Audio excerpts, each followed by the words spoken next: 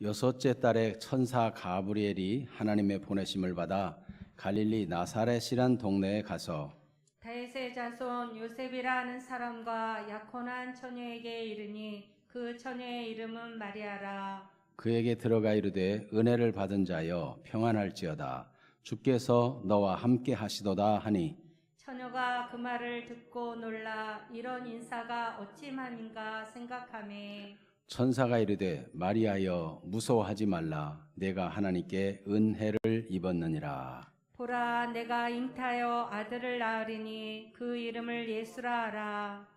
그가 큰 자가 되고 지극히 높으신 이의 아들이라 일컬어질 것이요 주 하나님께서 그 조상 다윗의 왕위를 그에게 주시리니 영원히 야곱의 집을 왕으로 다스리실 것이며 그 나라가 무궁하리라.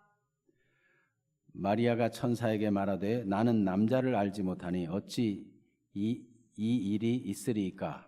천사가 대답하여 이르되 성령이 내게 임하시고 지극히 높으신 이의 능력이 너를 덮으시리니 이러므로 나실 바 거룩한 이는 하나님의 아들이라 일컬어지리라. 보라 내 친족 엘리사벳도 늙어서 아들을 배었느니라. 본래 임신하지 못한다고 알려진 이가 이미 6달이 되었나니 대저 하나님의 모든 말씀은 능하지 못하심이 없느니라. 같이 봅니다. 마리아가 이르되 주의 여종이 오니 말씀대로 내게 이루어지이다 하매 천사가 떠나가니라. 아멘. 은혜를 받은 자여, 이런 제목으로 함께 은혜 받기를 원합니다. 은혜 받은 자, 이것은 마리아에게만 해당되는 것이 아니라 오늘 우리 모두에게도 해당되는 말인 줄 압니다. 은혜 받으신 분들이여 주의 은혜를 충만히 누리는 주인공들이 되기를 축복합니다. 아멘. 가치 있고 중요한 일이 이 땅에 존재하기 위해서는 뭔가 의미 있는 시작이 있기 마련입니다. 이 땅에 수많은 발명품들이 있죠. 우리가 많은 혜택을 누리고 있는데 그것이 나오게 되기까지는 연구원들의 희생과 밤잠 못 자고 수고하고 궁리하고 노력하는 그런 수고들이 다 있었죠. 하나님께서 우리를 구원하기 위해서 예수 그리스도를 이 땅에 보내시는 데는 하나님의 놀라운 계획이 이루어질 때 어떤 시작이 있었는가, 예수님, 하나님의 아들인 예수님이 이 땅에 오실 때 어떤 시작이 있었는가 하는 것을 오늘 본문이 보여주죠. 하나님께서 마리아를 선택하셨고 마리아는 하나님의 은혜의 말씀을 선택했습니다. 이런 출발이 시작된 것이죠.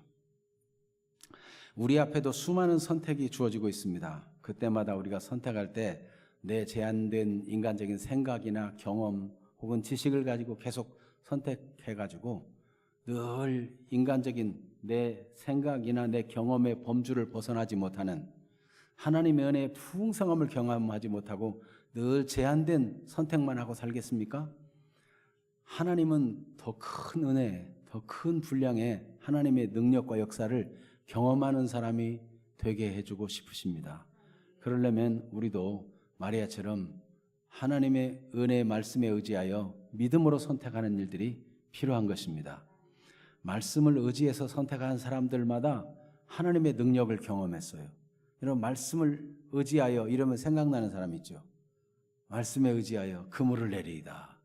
밤이 맞도록 수고해서 한 마리도 잡은 것이 없었는데 다 이제 그물 씻고 정리하고 가려던 베드로에게 깊은 데로 가서 그물을 내리라.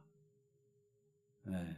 자기 경험, 평생 업으로 살아온 경험, 자기 지식, 지금 깊은 데 가서 그물 던지는 게 아니다, 이런 생각이 들지만 예수님의 말씀에 의지해서 그물을 내렸더니 그물이 찢어질 정도로 그 잡은 고기를 한 배에 다 채울 수가 없어서 친구들을 불러 모아서 그 그물을 끌어오는 그런 엄청난 하나님의 능력의 역사를 경험했습니다. 오늘도 하나님의 말씀을 믿고 말씀에 의지하여 선택하는 사람들에게는 하나님의 능력과 은혜가 경험될 것입니다. 오늘 하나님의 은혜를 경험하는 주인공들이 되기를 축복합니다. 아멘. 원대한 하나님의 계획을 따라 전해진 은혜의 소식이 마리아에게 주어졌는데 마리아는 이것을 이해하기가 참 힘들었어요. 왜 이해하기 힘든 말씀이었을까? 하나님의 은혜는 오늘도 그런 방식으로 전해집니다.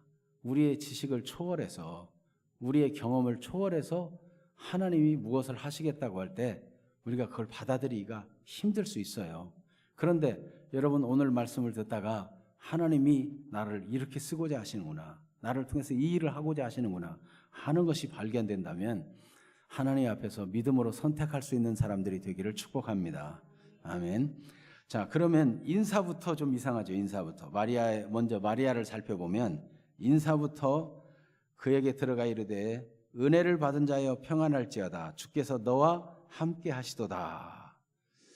은혜를 받았으니까 평안하라, 기뻐하라, 기쁨으로 반응해라. 은혜를 받았으니까. 마리아는 지금 뜬금없이 천사가 방문해가지고 이런 얘기를 하는데 이게 지금 전혀 느껴지질 않아요. 은혜를 받았다. 내가 무슨 은혜를 받았나? 마리아가 맞습니다. 저는 이런 은혜를 받았습니다. 그렇게 고백하던가요? 은혜를 받았다고 말하는데 무슨 은혜를 받았는지를 모르겠는 거예요.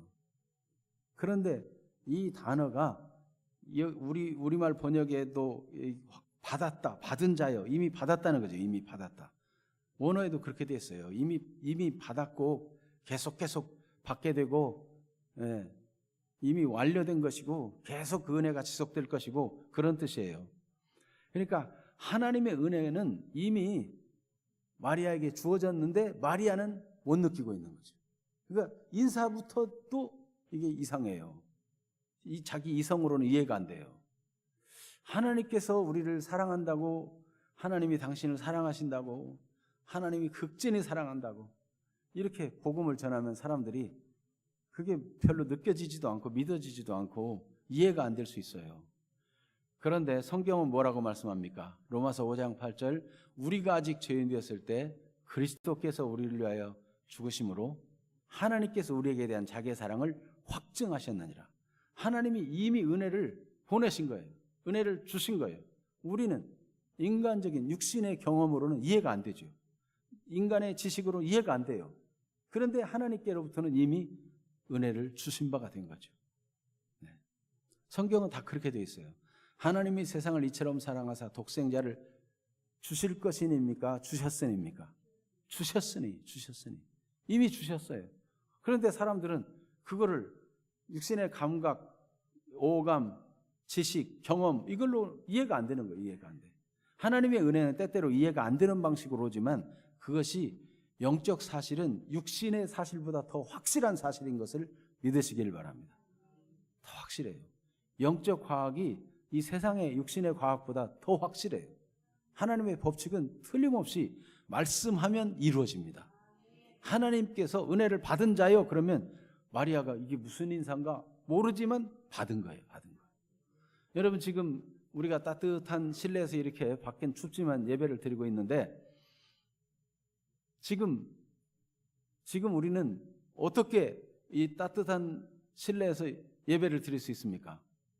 이미 전기 시설이 여기 다 돼 있고 이미 시스템이 다 완성돼 있어 가지고 예배 시간 전에 이 시스템을 가동해 가지고 이렇게 지금 와서 편안하게 예배를 드릴 수 있는 거 아닙니까?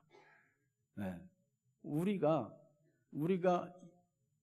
이걸 교회 건물을 짓는 걸 안 본 사람도 있고 본 사람도 있겠지만은, 그러나 또 이 시스템에 대해서 이해력이 충분한 사람도 있고 충분하지 않은 사람도 있어요.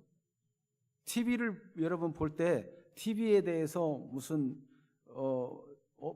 어떤 소자가 무슨 역할을 하고 무슨 스위치는 어떤 역할을 하고 그 일일이 다 회로를 알아가지고 여러분 TV 봅니까? 몰라도 갖춰진 거를 그냥 받아들이면 되는 거잖아요. 하나님의 은혜는 우리가 다 이해가 안 돼도 받아들이면 되는 것입니다. 하나님께서 은혜를 받았다라고 말씀합니다.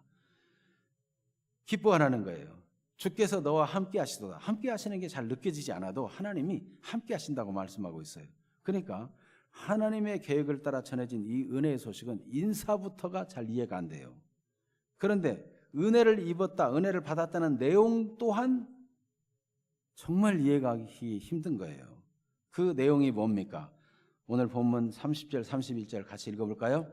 천사가 이르되 마리아여 무서워하지 말라. 내가 하나님께 은혜를 입었느니라. 뭐죠? 이 은혜 입은 내용이 뭐예요? 보라, 내가 잉태하여 아들을 낳으리니 그 이름을 예수라 하라. 은혜를 받았다 그러는데 그 은혜 받은 내용이 내가 잉태하는 거라는 거예요.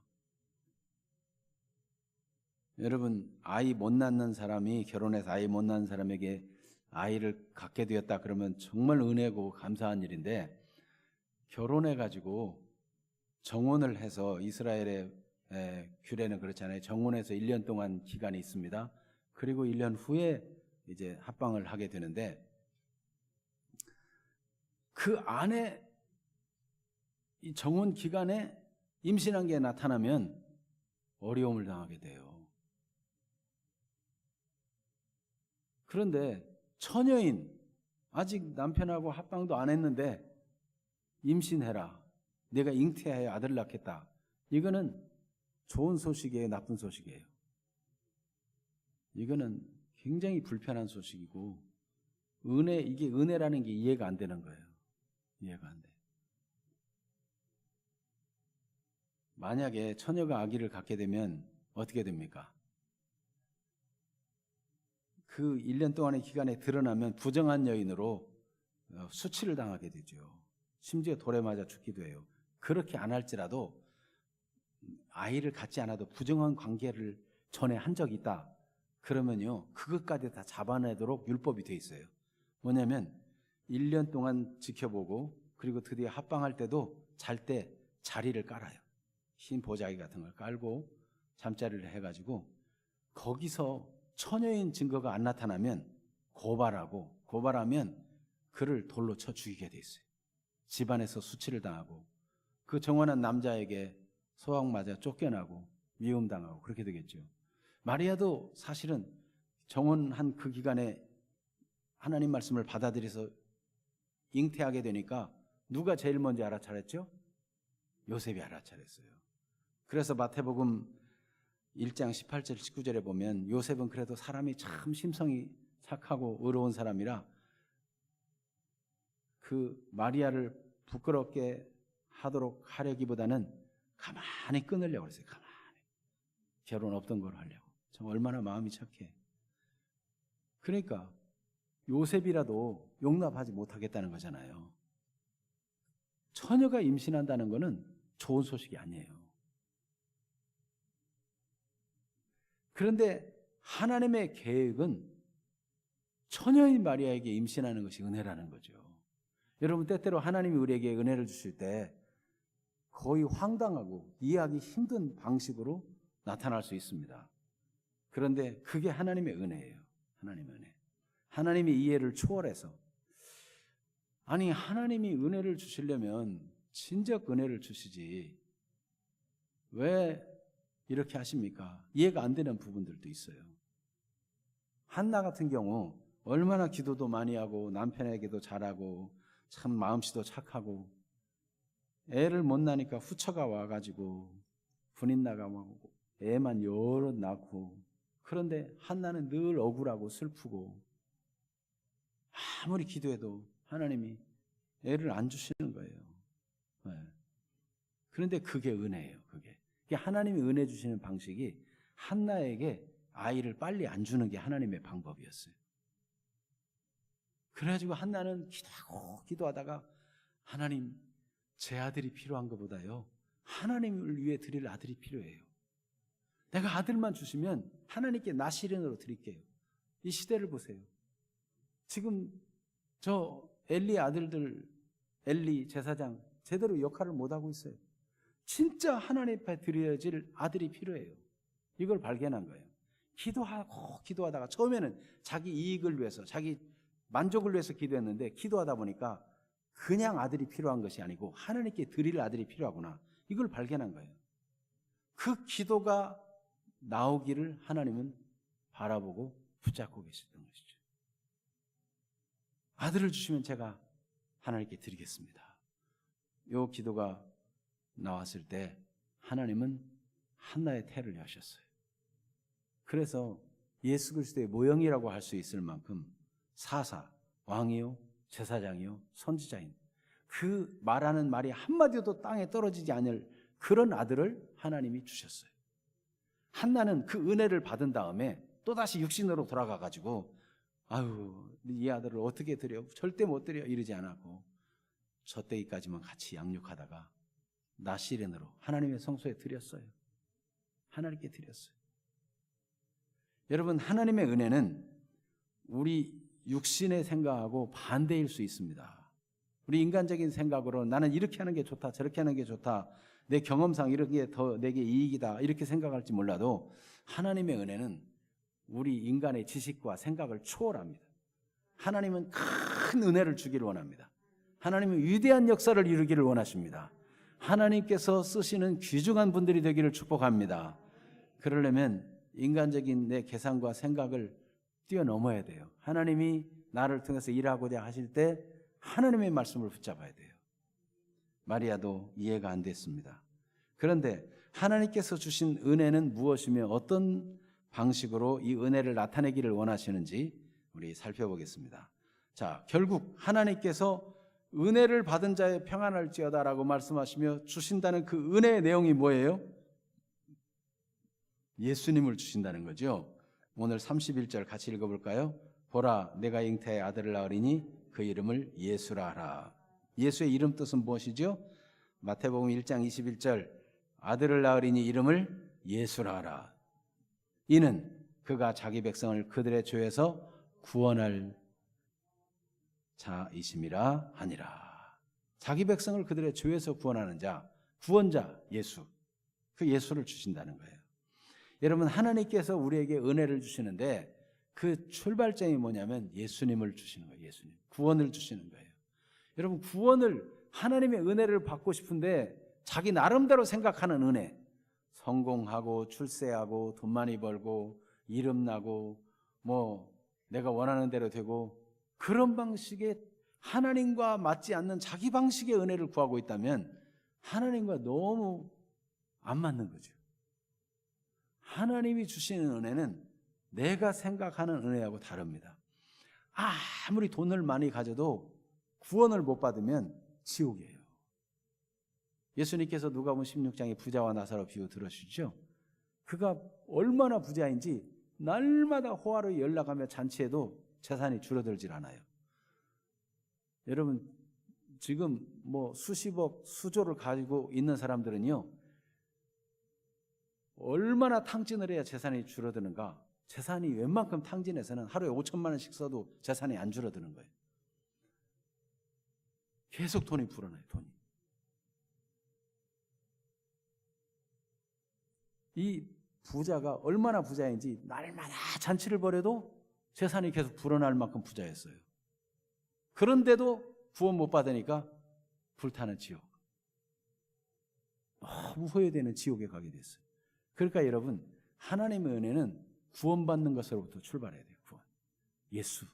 그래서 하나님이 예수, 구원주로 예수님을 이 땅에 보내신 것입니다. 무엇보다도 하나님의 은혜로 구원받는 사람들이 되기를 바라고 구원의 확신을 가지고 살게 되기를 축복합니다. 구원은 예수 그리스도로 말미암아 주어지는 것입니다. 사도행전 15장 11절 읽어볼까요? 그러나 우리는 그들이 우리와 동일하게 주 예수의 은혜로 구원받는 줄을 믿노라 하니라. 모든 세상의 사람들이 동일하게 주 예수의 은혜로 구원받는 것입니다. 예수님이 우리 죄를 위해 죽으시고 다시 살아난 사실을 믿는 사람, 내 죄를 해결하기 위해서 나를 죄와 사망의 법에서 해방시켜주기 위해서 오셔서 행하신 이 일을 믿는 자마다 구원받는 것입니다. 예수 외에는 다른 구원의 이름이 없어요. 천하 사람 중에 구원받을 만한 다른 이름을 우리에게 주신 일이 없습니다. 사도행전 4장 12절. 사도가 정확히 복음을 전했어요. 이 복음은 아무리 시대가 변해도 이 복음의 선명한 색깔은 변할 수가 없어요. 이 복음의 원리는 변하면 안 돼요. 오직 예수로만 구원을 받아요. 예수님 자신도 증거하셨죠? 내가 곧 길이요 진리요 생명이니 나로 말미암지 않고는 아버지께로 올 자가 없느니라. 오직 예수님만이 구원입니다. 그래서 하나님의 은혜는 예수 그리스도를 통해서 주어지시는데 먼저 구원을 주시고 구원을 주신 자에게 또 하나님의 은혜로 하나님의 일에 쓰임받도록 그렇게 귀하게 쓰신다는 것이죠. 그래서 하나님이 주신 은혜가 예수님을 주신다는 것인데 그 예수님이 어떤 분이신가 하는 것을 32절 33절이 말씀하고 있는데 그가 큰 자가 되고 지극히 높으신 이의 아들이라. 지극히 높으신 하나님의 아들. 주 하나님께서 그 조상 다윗의 왕위를 그에게 주시겠다. 그래서 영원히 야곱의 집을 왕으로 다스릴 것이며 그 나라가 무궁하리라. 사무엘하 7장 11절 이하에 나오는 그런 다윗에게 주신 언약의 핵심인 그리스도를, 메시아를 이 땅에 보내시겠다는 그 말씀대로 하나님께서 지금 마리아에게 그리스도를 태어나게 하겠다 이렇게 말씀하고 계시는 것입니다. 그래서 마리아는 시골 그 나사렛 동네에서 그냥 목수의 아들하고 결혼해서 그럭저럭 별 탈 없이 살기만을 바랬을 거예요. 우리의 꿈이 너무 적은 거 아닙니까? 하나님은 위대한 역사를 이루고자 하시는데 나는 그냥 가난이나 면하고 입에 그냥 밥 먹는 거 걱정 안 하고 살아면 좋겠습니다. 이대로가 좋사오니 이렇게 생각하기 쉬워요. 그런데 하나님은 마리아에게 이런 위대한 하나님의 아들을 주시겠다. 그래서 이해가 안 되는 방식으로 네가 처녀인데 잉태를 해야 된다. 이런 말씀을 하시는 것입니다. 하나님의 은혜가 임하는 방식은 사람이 알 수 없는 방식이에요.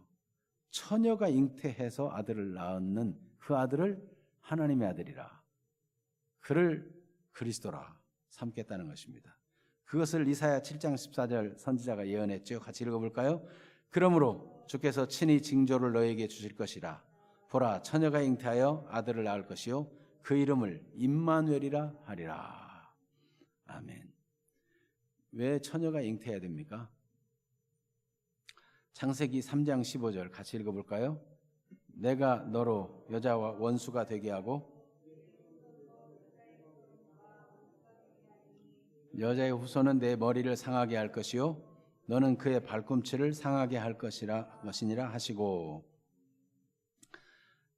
인간이 범죄해서 마귀에게 속아 마귀의 종이 되었어요. 죄의 종이 되었어요. 그래서 이 문제를 해결하려면 죄 없는 어떤 아들이 나타나가지고 이 죄 문제를 해결해야만 되는 거죠. 사람이 죄를 범했으니까 죄 없는 또 다른 사람이 이 문제를 위해서 대속을 해야 돼요. 그런데 하나님께서 죄 없는 하나님의 아들을 이 땅에 보내시기 위해서 처녀의 몸에 태어나게 하겠다. 이거를 범죄한 아담하에게 처음부터 창세기 3장 15절에 말씀하셨고, 후에 선지자를 통해서 또 이렇게 보라 처녀가 잉태 아들을 낳을 것이라 말씀해 주셨고, 마태복음 1장 21절에 보니까 23절에 보니까 그 말씀이 그대로 응해서 예수님이 태어난 것을 말씀해 주고 있죠. 임마누엘, 하나님 우리와 함께 계시다. 하나님 우리와 함께 계시다는 증거로 처녀 몸에서 아이가 태어나게 하시겠다는 것입니다. 그래서 우리가 이 성탄절에 기억할 것은 예수님은 처녀 몸에서 태어나신 하나님의 아들이다. 죄 없이 태어나신 분이다. 그렇게 되기 위해서는 성령으로 잉태했다는 것입니다. 성령으로. 처녀가 혼자서 아이를 가질 수 없어요. 그래서 성령으로 잉태. 자, 35절을 같이 읽어볼까요? 천사가 대답하여 이르되 성령이 내게 임하시고 지극히 높으신 이의 능력이 너를 덮으시리니 이름으로 나실 바 거룩한 이는 하나님의 아들이라 일컬어지리라. 아멘. 성령이 내게 임하시고 지극히 높으신 이의 능력이 너를 덮으시리니 그랬어요. 덮으시리니. 이 70인역이라는 성경이 있는데 구약의 히브리어를 헬라어로 바꿔놓은 성경이에요. 근데 이 70인역을 번역할 때 여기 덮으리니라는 단어와 똑같은 단어를 창세기 1장을 번역하면서 성령이 수면 위에 운행하시니라 할 때 그 운행하는 단어가 이거하고 똑같은 거죠. 하나님이 수면을 감싸 안으시고 그를 덮고 계실 때 거기 하나님의 생명의 창조가 나타나는 거죠. 그래서 빛이 있으라 그러면 빛이 생기고요. 물 가운데도 생명이 번식하라 그러면 번성하고요. 무튼 식물과 나무들을 내라 그러면 막 자라나고 그런 역사가 나타나요. 성령의 권능은 생명을 창조합니다. 성령의 권능이 임하고 성령께서 그 위에 덮으시니까 하나님의 생명의 능력이 나타나가지고 성령으로 잉태하게 됩니다. 그래서 성령으로 잉태한 그가 곧 하나님의 아들이라 일컬음을 받게 되겠다 말씀하고 있어요. 그래서 예수께서 이 땅에 오신 것은 하나님의 방법으로 오셨는데 처녀에게 잉태했고 성령으로 잉태하여 오셨다는 것입니다. 하나님은 이와 같이 사람이 이해를 초월하는 방식으로 하나님의 은혜가 임하는데 왜 그렇습니까? 이것은 하나님이 하신 일이다. 이걸 나타내기 위해서 사람이 이해가 안 되는 방식으로 하나님이 일하신단 말이죠. 그래서 여러분, 내가 이해가 안 돼도 하나님의 은혜를 받아들일 수 있는 마음 준비가 있게 되기를 바랍니다.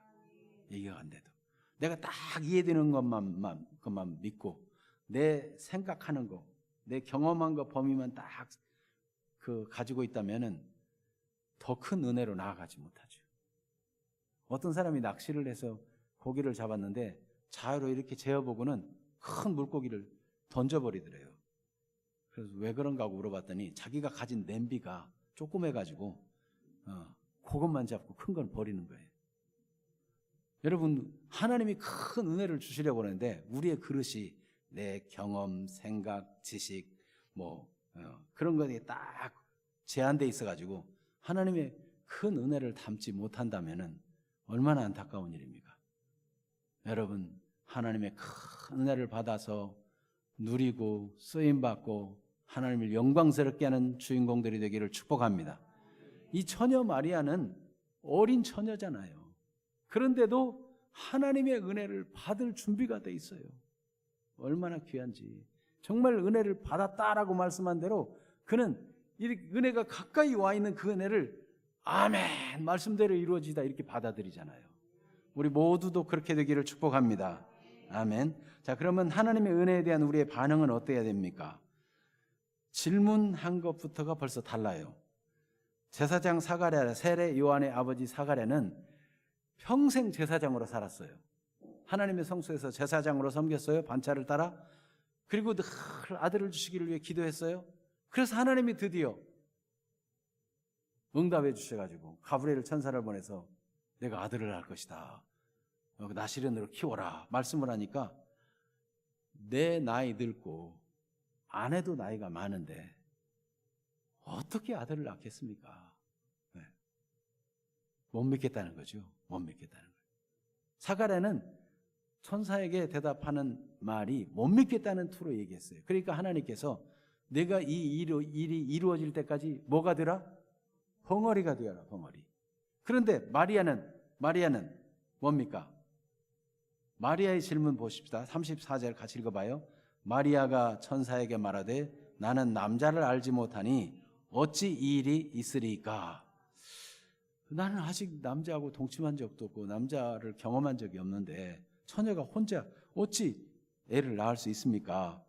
이 말은 무슨 방법으로 그렇게 일이 이루어질 수 있죠? 이 긍정적인 질문이에요. 나는 처녀라서 자격도 없고 혼자서는 안 되는데 하나님이 어떤 방법으로 하시려고 해요? 그러니까 방법을 얘기해 주잖아요. 방법을 물어보니까 방법을 얘기해 주는 거예요. 그렇게 될 수 없습니다. 그러면은 너도 애 낳을 때까지 벙어리 되라 혹시 그럴지는 모르겠어요. 근데 이 마리아의 질문은 나는 처녀니까 안 됩니다. 그렇게 질문한 게 아니고 남자를 알지 못하는데 어찌 그런 일이 있을 수 있습니까? 무슨 방법으로 되냐고 물어본 거예요. 그러니까 천사의 대답이 성령이 내게 임하시고 지극히 높으신 이의 능력이 너를 덮으면 하나님의 아들을 낳을 수 있다. 그 증거로 하나님이 하시면 다 된다는 증거로 내 친족 엘리사벳도 세례 요한의 어머니죠. 사가랴의 부인. 늙어서 아이를 배운 거 보라. 벌써 6개월이나 되었다. 이렇게 얘기하는 거예요. 방법이 없는 게 아니고 하나님이 하시면 된다.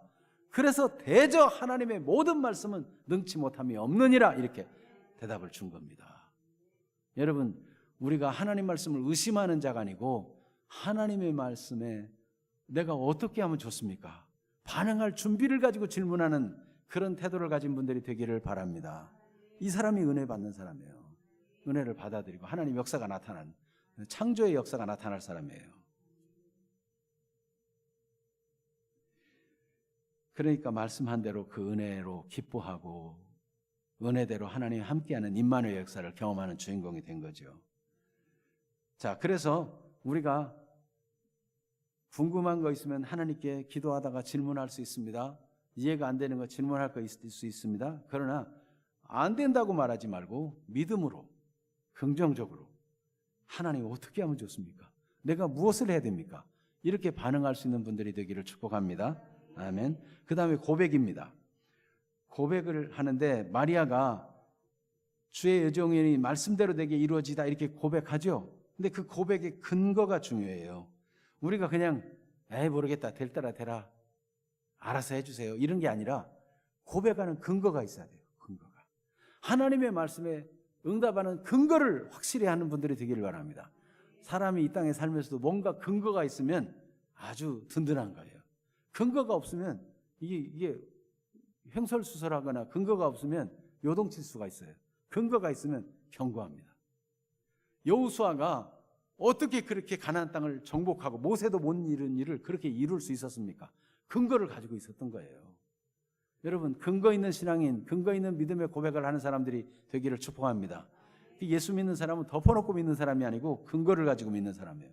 늘 말씀을 잘 듣고 말씀을 묵상하고 말씀을 암송하고 말씀을 공부하고 이 말씀을 자기 것으로 삼아가지고 이 말씀의 근거를 가지고 하나님의 거룩한 은혜를 받는 그릇이 되고 쓰임받는 인생이 되기를 축복합니다. 그래서 근거로 엘리사벳도 늙어서 아이를 배운 거 보라. 하나님의 모든 말씀은 능치 못함이 없다. 이렇게 말한 이 말씀을 근거로 삼았어요. 자, 그러면 마리아가 세상 사는 동안 이제 뒤에 그 예언에도 보면 마리아의 가슴을 막 칼로 찌르듯이 그런 고통이 오고 여러 가지 어려움들이 올 것인데 그때마다 어떻게 이겨낼 수 있었겠어요? 말씀으로. 말씀은 능치 못함이 없기 때문에 하나님이 하신 일, 하나님이 보내신 이 위대한 지극히 큰 하나님의 아들이기 때문에 하나님이 다 하신다. 이 믿음이 있으니까 이겨낼 수 있는 거죠. 여러분, 의심이 들 때, 염려가 들 때 말씀으로 자기 영혼을 추스릴 줄 알고 자기 영혼을 세울 줄 아는 사람이 되기를 바랍니다. 이 코로나 바이러스로 자유롭게 예배드리지 못하고 온라인 예배 드리는 분들도 말씀으로 자기를 세울 줄 알아야 돼요. 우리 특별히 대한민국 부모들이 아이들을 의뢰이 그냥 학교 보내면 선생님이 가르쳐 주겠지, 또 학원 보내면 선생님이 가르쳐 주겠지, 아이를 자기가 맡아서 어쩔 줄을 몰라요. 이 코로나 바이러스 가지고 집에서 교육하라니까 굉장히 못 견뎌하는 거예요. 아이를 사랑스럽고 귀하게 여기고 아이와 함께 있는 시간이 즐거워야 되는데 너무 불편하고 어색하고 힘든 거예요. 어떻게 할 줄을 몰라요. 교회도 마찬가지예요. 교회도 주일학교 가라 보내놓고는 전혀 애를 성경으로 가르치려고도 안 하고 아이와 함께 기도도 안 하고 아이하고 함께 말씀 교제도 안 하고 그래서 그냥 교회 주일학교 보냈으니까 다 됐겠지 이렇게 생각하는 것을 하나님이 어떻게 고칠까? 코로나 바이러스 보내가지고 신명기 6장 말씀을 눈을 뜨게 하는 거죠. 마음을 다하고 뜻을 다하고 힘을 다해서 주 너희 하나님을 사랑하고 너희가 내 자녀에게 부지런히 가르치라. 앉았을 때든지 누웠을 때든지 길에 행할 때든지 네 자녀를 네가 가르쳐야 된다. 이거를 하나님 말씀이 말씀하고 있는데 그걸 그냥 보내면 다 되는 줄 알았던 거죠. 여러분, 주일학교가 선생님들에게 다 책임을 미루면 안 됩니다. 부모들이 자기 자녀를 교육해야 돼요. 그래야 믿음이 올바로 전수되는 겁니다. 하나님께서는 하나님의 말씀이 내 자신에게 고백되어지고 자녀들도 말씀으로 스스로 설 수 있고 하나님의 말씀 때문에 힘을 얻도록 말씀을 읊조리고 말씀을 주장하고 말씀을 고백할 수 있는 사람들이 되기를 원하시는 것입니다. 그래서 출애굽기 3장 10절에 보면 떨기나무 불꽃 가운데서 하나님이 모세를 부르시는데 모세는 자기가 어떻게 바로에게 가냐. 나는 애굽에서 쫓겨난 도망자다. 그리고 할 수 없다고 생각해요. 그리고 그 자기의 그 백성들도 모세를 별로 환영하지 않았어요. 자기는 할 수 없다고 생각해요. 근데 하나님께서 내가 너를 바로에게 보낸 것이 아니냐, 내가 너를 내 이스라엘 백성을 이끌어서 나오게 하리라, 이 말씀을 하신 거예요. 모세가 어려울 때마다 이 말씀을 생각하지 않겠어요? 하나님이 나를 보냈고 하나님이 나를 통해서 이들을 이끌어내게 하겠다고 말씀하셨다. 어떤 어려운 일을 만나도 하나님이 처음 불러주시고 말씀해 주신 이 말씀을 붙잡으면 흔들리지 않고 승리할 수 있는 거죠. 그래서 여호수아에게도 말씀해 주었죠. 하나님께서 여호수아에게도 너는 마음을 강하게 하고 담대히 하라. 좌우로 치우치지 말라. 마음이 흔들리지 말라. 하나님의 이 율법의 말씀을 입에서 떠나지 말게 하라. 항상 그 말씀을 가까이 두고 그 말씀으로 고백하고 말씀으로 기도하고 이 말씀을 읊조리면서 말씀으로 주장하면서 말씀으로 선포하면서 그렇게 가나안을 정복해라. 그러니까 하나님이 말씀하신 말씀 위에 굳게 서서 어떤 어려운 일이 와도 흔들리지 않으니까 그 말씀을 고백하고 그 말씀을 주장하니까 하나님의 약속을 이루는 사람이 된 것입니다. 하나님은 오늘도 우리를 통해서 하나님 나라를 확산하고 하나님의 뜻을 이루는 사람이 되기를 원합니다.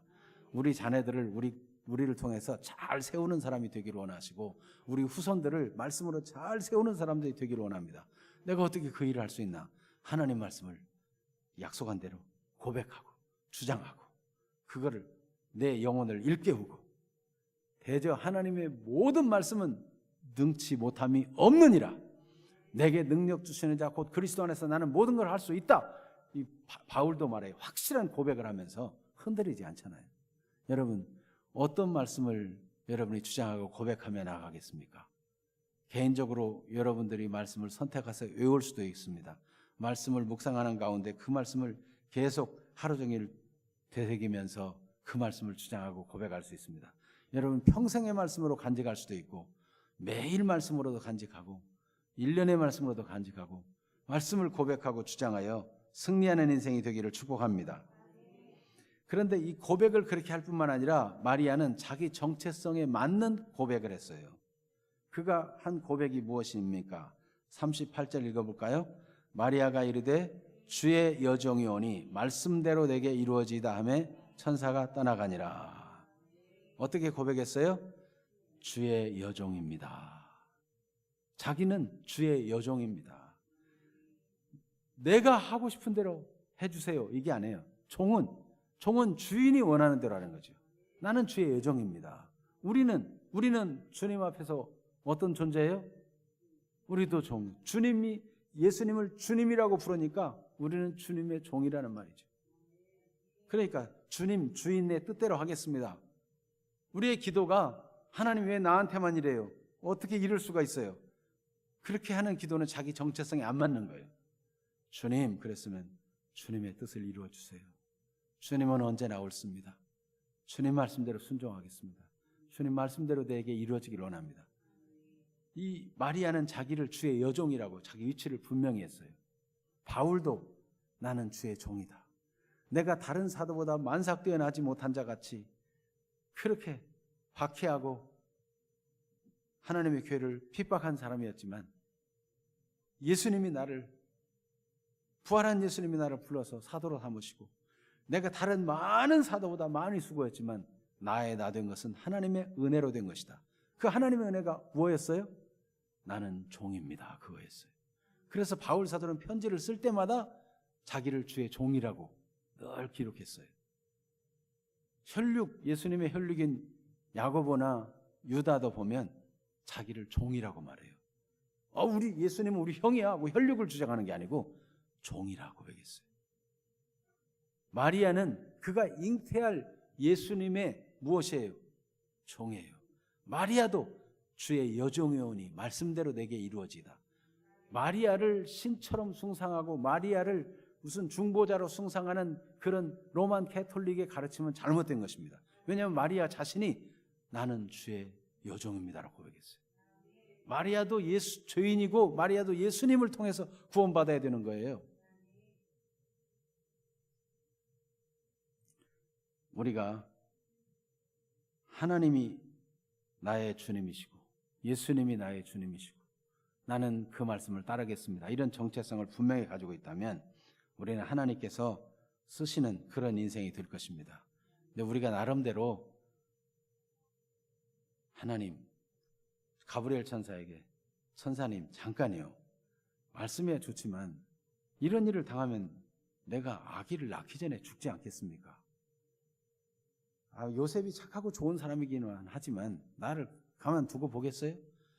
우리 집안 사람들이 나를 그냥 두고 보겠어요? 내가 결혼식 하고 나서 나중에 잉태하면 안 되겠습니까? 이렇게 하면은 누구 아들이 되는 거예요? 육신의 아들밖에 안 돼. 처녀가 잉태해야 하나님의 뜻이 이루어지는 거예요. 그러니까 내가 유리하고 불리하고 이익이 되고 손해가 되고 그 관계없이 하나님의 말씀대로 이루어지다. 이게 은혜를 받는 자의 자세예요. 그런데 여러분, 은혜 받는다는 거가 마리아와 같은 길을 가는 거예요. 마리아는 아이를 낳고 얼마 있지 않다가 애굽으로 도망쳤어요. 왜냐하면 헤롯이 죽이려는 걸 하나님께서 알게 해주시니까. 예수님을 잉태하고 출생하고 그 이후의 모든 과정이 다 고난이에요. 고난. 네. 하나님의 은혜를 받기 위해서는 고난의 과정이 필요합니다. 여러분, 간혹 올림픽을 앞두고 태릉 선수촌에 그 유명한 선수들이 모여가지고 막 훈련합니다. 그러다가 가끔 그런 소식이 들려요. 선수촌에서 무리를 일으켰다는 거예요. 그래서 뭐 선수촌에서 뭐 술을 마셨다든지 혹은 뭐 밖에 나가서 외도를 질서 밖에 일을 했다든지, 그럼 어떻게 돼요? 쫓겨나는 거예요. 그들 생각하기에 내가 유명한 선수들하고 왔지 이 개고생하러 왔나? 그리고는 훈련을 받기를 싫어하고 내가 언제까지 이런 고생을 해야 돼? 그리고 나가서 술 마시고 나가서 그냥 제멋대로 하고, 그렇게 하면 어떻게 돼요? 그건 부적격자가 되는 거예요. 네. 선수만이 아니죠. 그가 드디어 금메달을 딸 때까지 정말 수고하고 땀 흘리고 이해가 안 되는 훈련도 다 받아 견딘 사람이 드디어 세계적인 선수가 되는 거 아닙니까? 우리가 하나님의 은혜를 넘치도록 누릴 영원한 장소가 있는데 그게 천국이에요. 이 땅에서 조금씩 맛보게 하지만은 선수들도 훈련하면서 뭐 되네? 보람을 느끼지만, 그죠? 우리가 말씀 따라 순종하면 정말 말씀이 맞습니다, 은혜입니다 하고 기쁨이 오죠. 보람이 오죠. 그런데 완전하고도 충만한 하나님의 은혜를 누리는 것은 영원한 나라에서 영원한 복락으로 누리게 하시는 거예요. 그러니까 이 땅에 있는 동안은 은혜를 받은 자가 고난, 훈련 이런 거는요, 당연히 그날을 생각하면서 견뎌내야 되는 거죠. 그래서 그리스도와 함께 고난받는 것을 사도들이 기뻐하면서 매를 맞을 때 오히려 그것을 회중 앞에 다 이야기하면서 고난받는 걸 즐거워했어요. 바울 사도도 자기가 모를 때는 그렇게 주를 대적했지만은 예수님의 이름을 위해서, 교회를 위해서 고난받는 것에 대해서 즐겁게 생각했어요. 예수님께서도 누구든지 나를 따라오려거든 자기를 부인하고 날마다 자기 십자가를 지고 나를 따를 것이라 그랬어요. 우리는 이 땅에서 모든 걸 다 보려는 사람들이 아닙니다. 이 땅에서 하나님 말씀을 순종해서 얻는 기쁨, 보람, 행복 이런 것들을 누릴 것이지만은 그게 완전하지 않아요. 더 큰 은혜를 사모하기를 바랍니다. 주와 복음을 위해서 먼저 그의 나라와 그의 의를 구하면서 수고하고 땀 흘리고 애쓰는 일을 기꺼이 감당할 수 있는 사람들이 되기를 바랍니다. 마리아도 그랬어요. 얼마나 칼이 찌르듯한 그런 고통을 겪었지만 그는 하나님의 말씀은 능치 못함이 없습니다. 하나님의 지극히 높으신 하나님의 아들, 이걸 늘 기억하면서 그 고난들을 다 이겨낸 것처럼 말씀으로 어떤 고난도 문제도 다 이겨내는 사람, 성경적인 은혜의 개념을 바로 정립하고 사는 사람들이 되기를 바랍니다. 은혜 그러면 지금 당장 뭐가 좀 나아지고 돈 좀 생기고 이런 차원으로 생각하면 말하자면 뭡니까? 다 되기 전에 먼저 뭘 터뜨린다 그러죠? 샴페인을 터뜨린다 그러죠? 네. 일이 다 되기 전에 샴페인을 터뜨릴 마음을 가지면 훌륭한 선수가 되기 전에 그냥 일을 그르쳐가지고 선수촌에서 쫓겨나는 사람이나 마찬가지예요. 여러분, 주님의 말씀을 믿고 은혜를 따라 끝까지 순종하고 고난도 참고 견딤으로 영원한 나라에서 주의 은혜를 영원 무궁토록 누리는 주인공들이 되시기를 축복합니다. 아멘. 기도하겠습니다. 오늘 말씀을 생각하면서 마리아가 말씀대로 이루어지기를 원합니다 하고 말씀 그대로로 고백한 것처럼 그 능치 못할 말씀을 늘 기억하고 순간순간 승리한 것처럼 이 시간 우리도 하나님 말씀 그 은혜 고난이라도 받아들이고 주님께 순종하여 살겠습니다. 내가 이해가 안 돼도 주님 말씀에는 믿음으로 선택하겠습니다. 이런 고백을 드리는 시간이 되기를 바라고, 그런 구체적인 내용이 하나님이 여러분에게 요구하는 것이 있다면 그것에 대해서 그렇게 고백하시기를 바라고, 그래서 하나님의 역사에 쓰임받는 일꾼들이 되기를 바랍니다. 다 같이 기도하겠습니다. 하나님 우리 아버지,